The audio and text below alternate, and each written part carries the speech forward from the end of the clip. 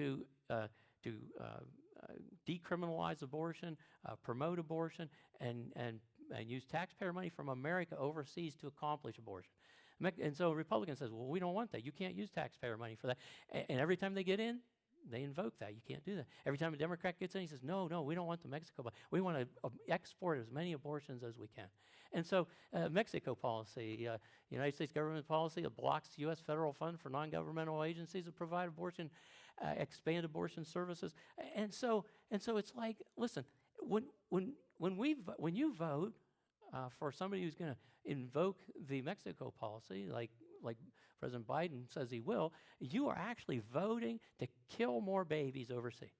That's your vote. You're saying, yeah, I want more babies to die. I want it to be tied to my federal tax dollars that go in so that more babies can die. And when you vote for that, that's what you're actually saying. I want that to happen.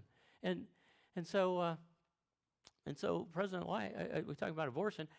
President Trump comes along, and he's the first president. Listen, this is amazing to me. He's the first president to come to a March for Life rally and speak in person. Very first one.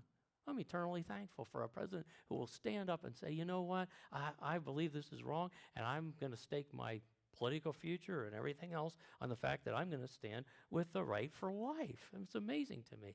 Now, I like to know what's going on both sides of the aisle, and so believe it or not, I actually watched some of the Democratic convention. I like to know what they're saying. Particularly, I like to see what they say about spiritual things. One of them is abortion. I watch out to see, because the Lord is the one who made you and formed you in the womb. I mean, this is not, when you have a baby in there, that's not a chunk of flesh. That's a human being. It has a separate heartbeat from the mother and a separate blood system, everything. I mean, that's a human being.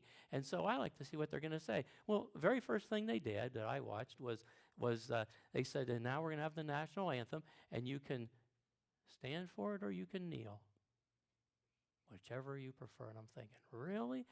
That's your stance on our country. It's like whether you want to, ignore it or diss it, or whether you want to love it, doesn't matter to the Democrats. Like, seriously?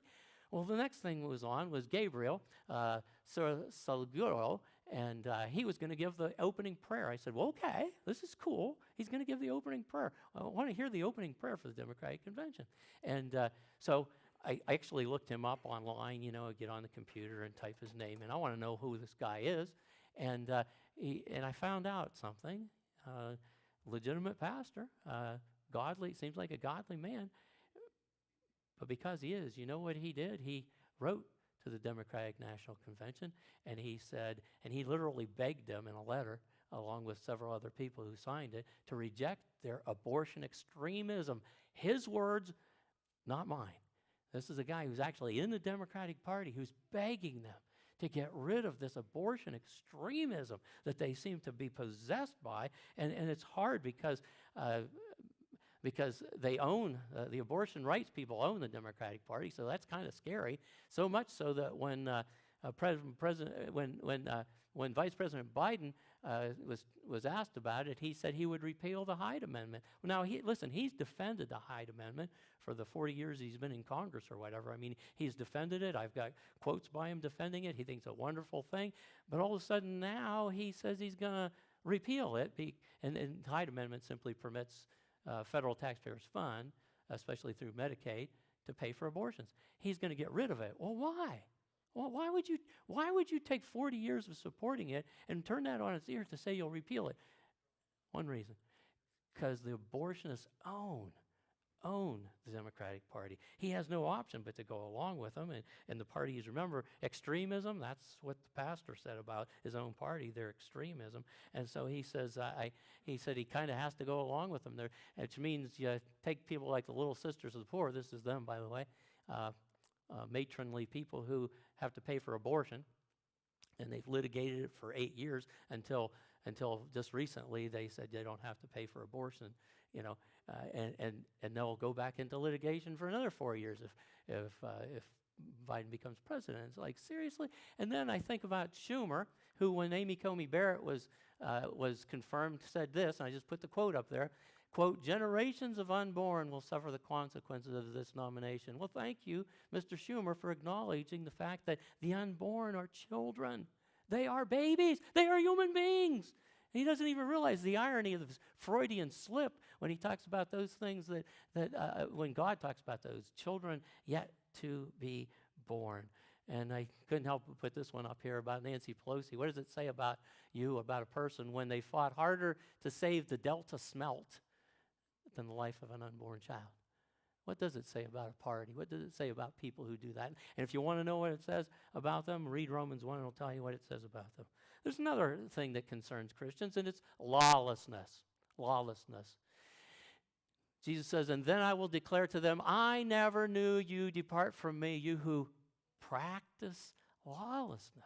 Who practice lawlessness. Folks, lawlessness is a big deal for God.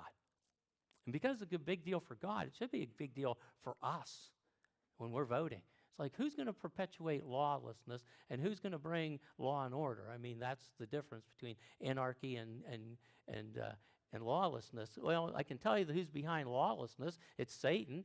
2 Thessalonians talks about this apostasy coming, and then the man of lawlessness. That's the Antichrist. I mean, he's going to be the epitome of lawlessness. We are watching lawlessness. I mean, I'm actually mesmerized by the hatred that's out there. I mean, the absolute hatred. It's almost fascinating. You watch it. It's like, how can people be this hateful? I mean, they really are.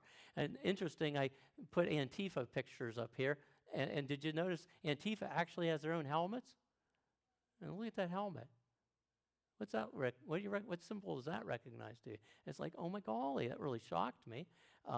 And of course, out in Seattle, here's a picture of buildings on fire, and it says peaceful smoke billows from some mobile units after peaceful protesters set a peaceful fire in peaceful Seattle. It's like, really? And that's what every news media. In fact, I actually heard Nadler say, there's no riots. That's also a made-up story. Yeah, made-up story of, listen, 200 cities, 80 consecutive days in some places of destruction. And they absolutely refused to even acknowledge it was there. And a lot of the news wouldn't even cover it for the longest